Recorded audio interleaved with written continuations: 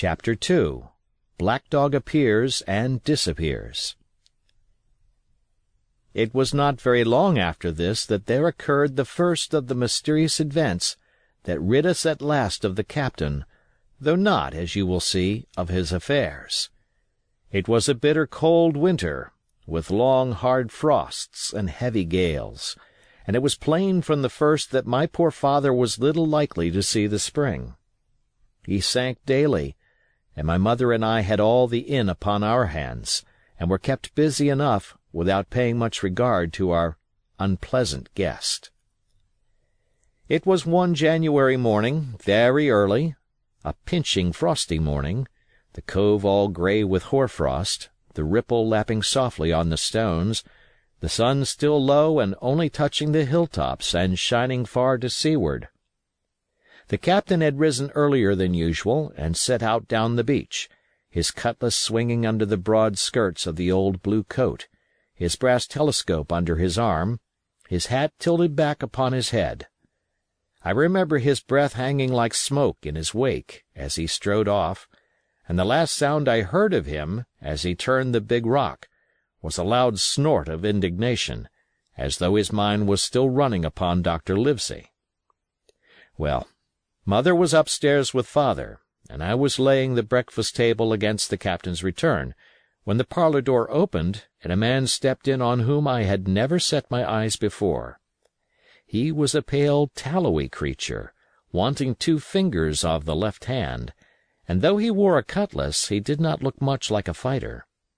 I had always my eye open for seafaring men, with 1 leg or 2, and I remember this one puzzled me. He was not sailorly, and yet he had a smack of the sea about him, too. I asked him what was for his service, and he said he would take rum. But as I was going out of the room to fetch it, he sat down upon a table and motioned me to draw near. I paused where I was with my napkin in my hand. "Come here, sonny," says he. "Come nearer here." I took a step nearer. "Is this here table for my mate, Bill?" he asked with a kind of leer. I told him I did not know his mate Bill, and this was for a person who stayed in our house, whom we called the captain. "Well," said he, "my mate Bill would be called the captain, as like as not. He has a cut on one cheek, and a mighty pleasant way with him, particularly in drink, has my mate Bill. We'll put it, for argument like, that your captain has a cut on one cheek, and we'll put it, if you like, that cheek's the right one. Ah, well, I told you. Now, is my mate Bill in this here house?" I told him he was out walking. "Which way, sonny? Which way is he gone?" And when I had pointed out the rock and told him how the captain was likely to return, and how soon, and answered a few other questions, "Ah," said he, "this'll be as good as drink to my mate Bill." The expression of his face as he said these words was not at all pleasant, and I had my own reasons for thinking that the stranger was mistaken, even supposing he meant what he said.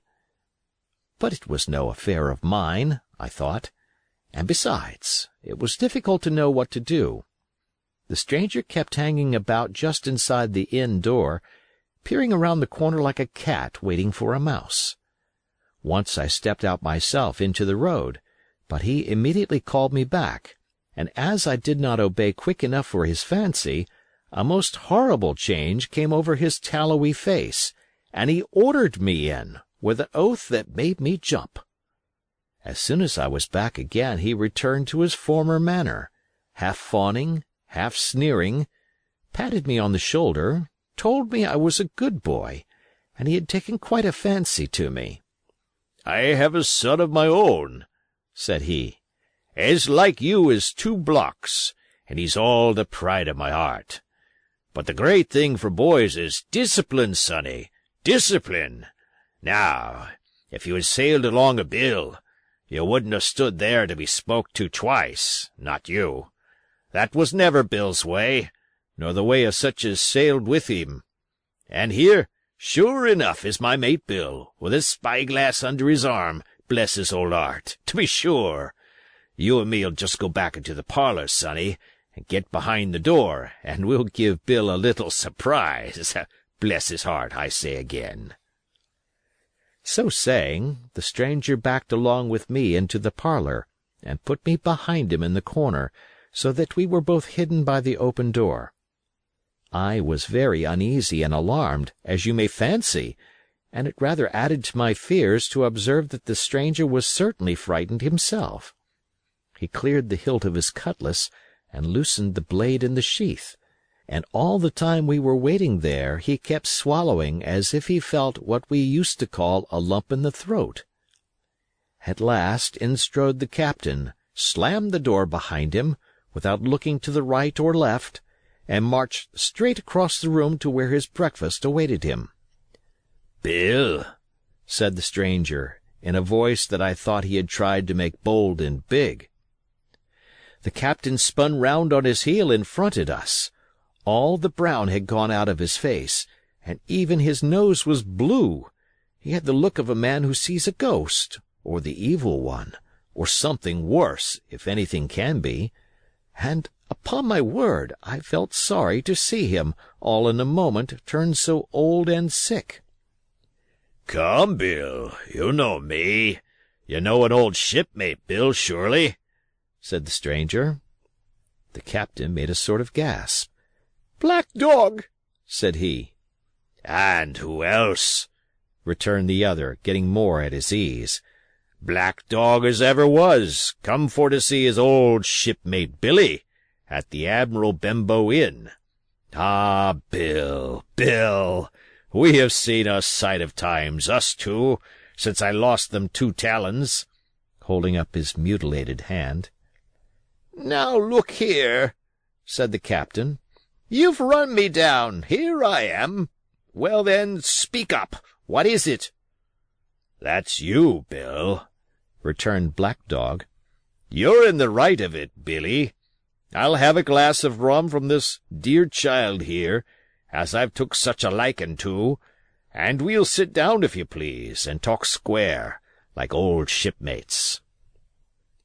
When I returned with the rum, they were already seated on either side of the captain's breakfast table, Black Dog next to the door, and sitting sideways so as to have one eye on his old shipmate and one, as I thought, on his retreat.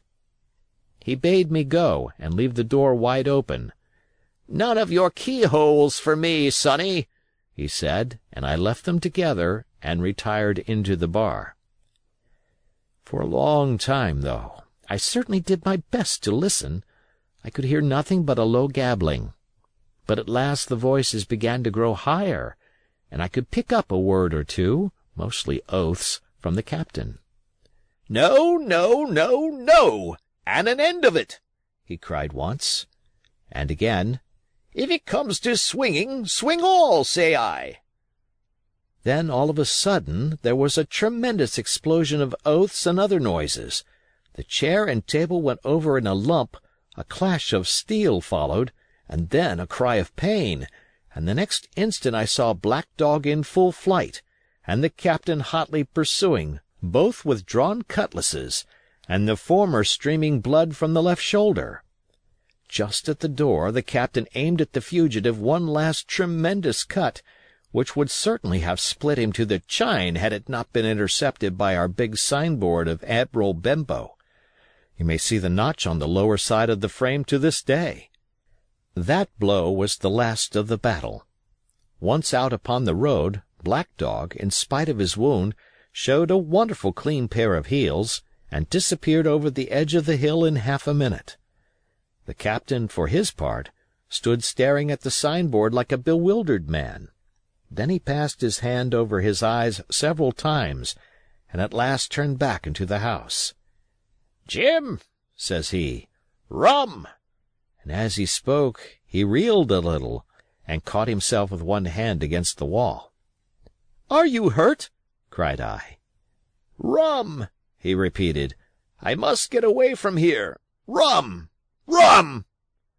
I ran to fetch it, but I was quite unsteadied by all that had fallen out, and I broke one glass and fouled the tap, and while I was still getting in my own way, I heard a loud fall in the parlor, and running in, beheld the captain lying full length upon the floor.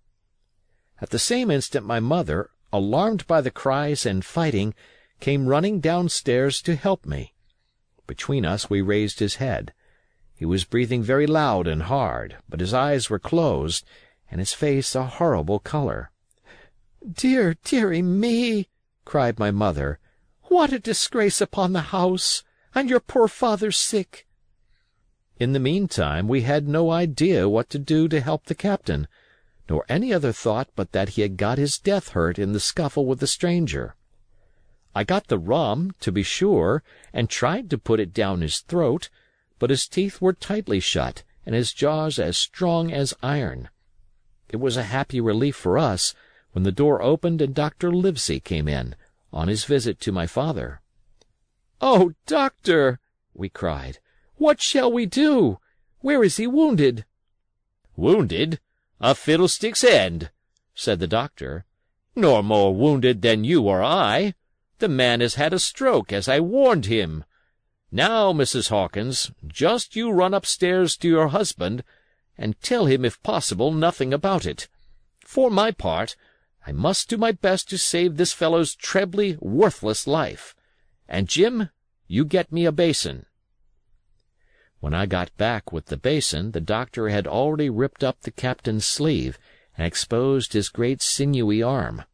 It was tattooed in several places.